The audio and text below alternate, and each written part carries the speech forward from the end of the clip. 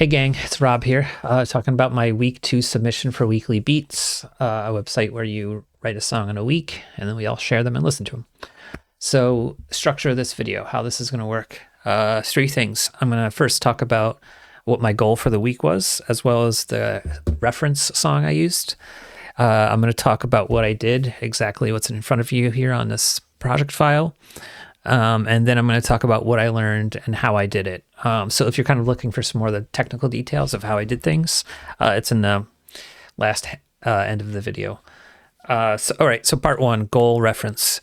What I wanted to do for a goal this week was learn how to use the effects send in my HX Stomp. So let me pull that up real quick here. So this is my FX Stomp. It's a line 6 pedal, multi-effects pedal. It does amp sims. You can see this little chain of squares here. That's my effects chain. And so a lot of people like to put time effects like reverb and delay after an amp. So it's nice.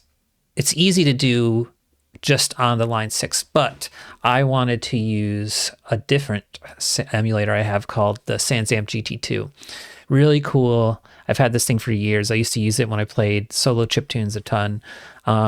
It's basically an analog amp sim. My friend looked at the schematics, and he's like an audio engineering guy, and he said that it's basically like an analog EQ pedal, but it sounds like amps. So I like to use the tweed setting. I tried it out. It sounded so good. But here's the trick. I still wanted to use the reverbs from my Stomp.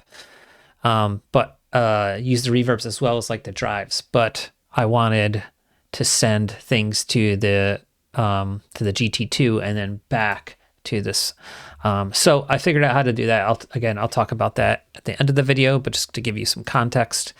I wanted to figure out how to do that. And then the song reference I used was a song called Midnight June Room. It is by a band called Sadness. They're kind of like black metal, doomgaze, shoegaze type band. Really good stuff. But at the beginning of this one song, they kind of have this reverse effect that I really liked.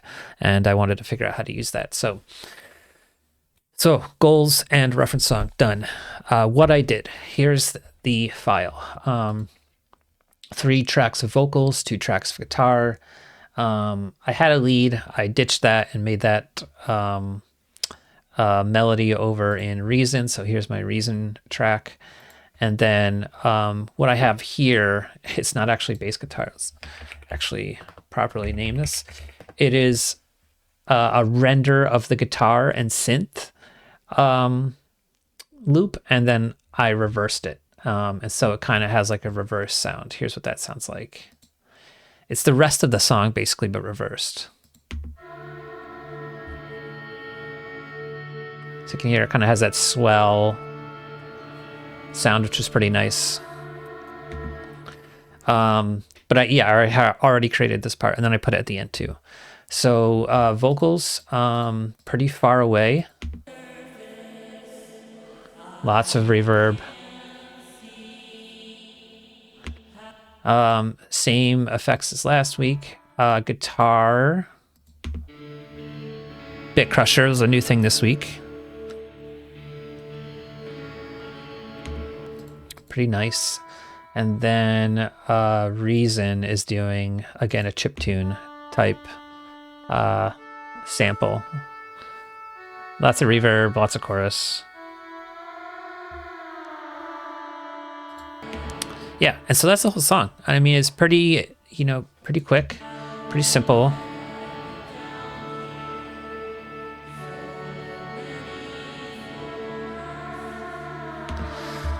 Yeah, and I think that is it. Not much else going on there. No drums, no bass, only 2 tracks of guitar. Again, panned left and right.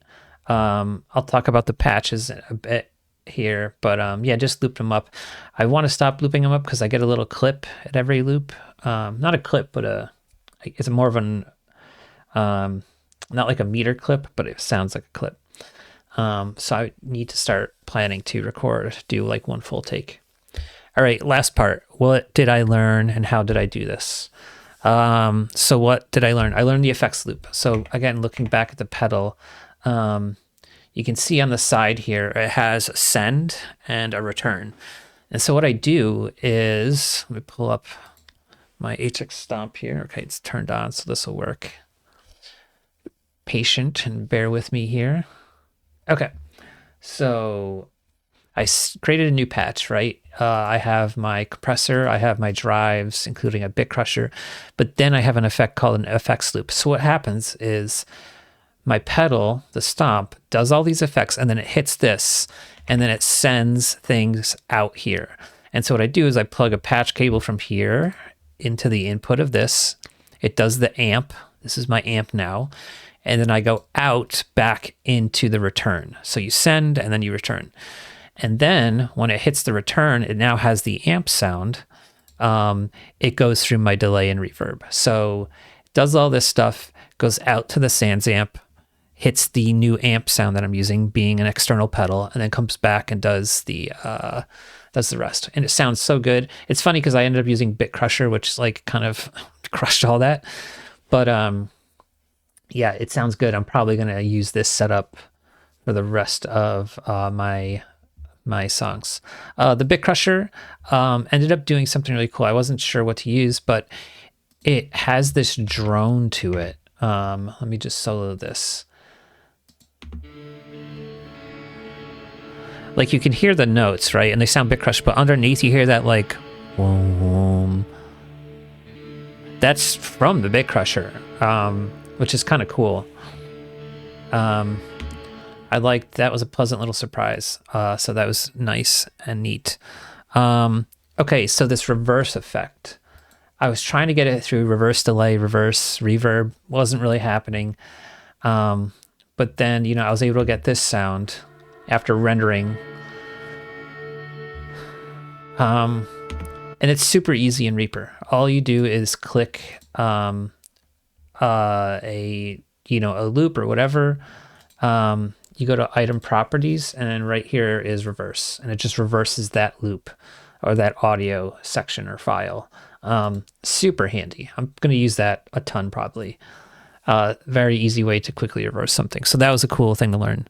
I talked about the guitar patch. I talked about the effects send. Yeah, I think that's everything. Definitely a little bit of a different submission this week. You know, not like as heavy, as big, as produced, but it's something cool that I wanted to try. I love ambient stuff like this. But again, it almost feels like more of an intro to a song. So yeah, that's it.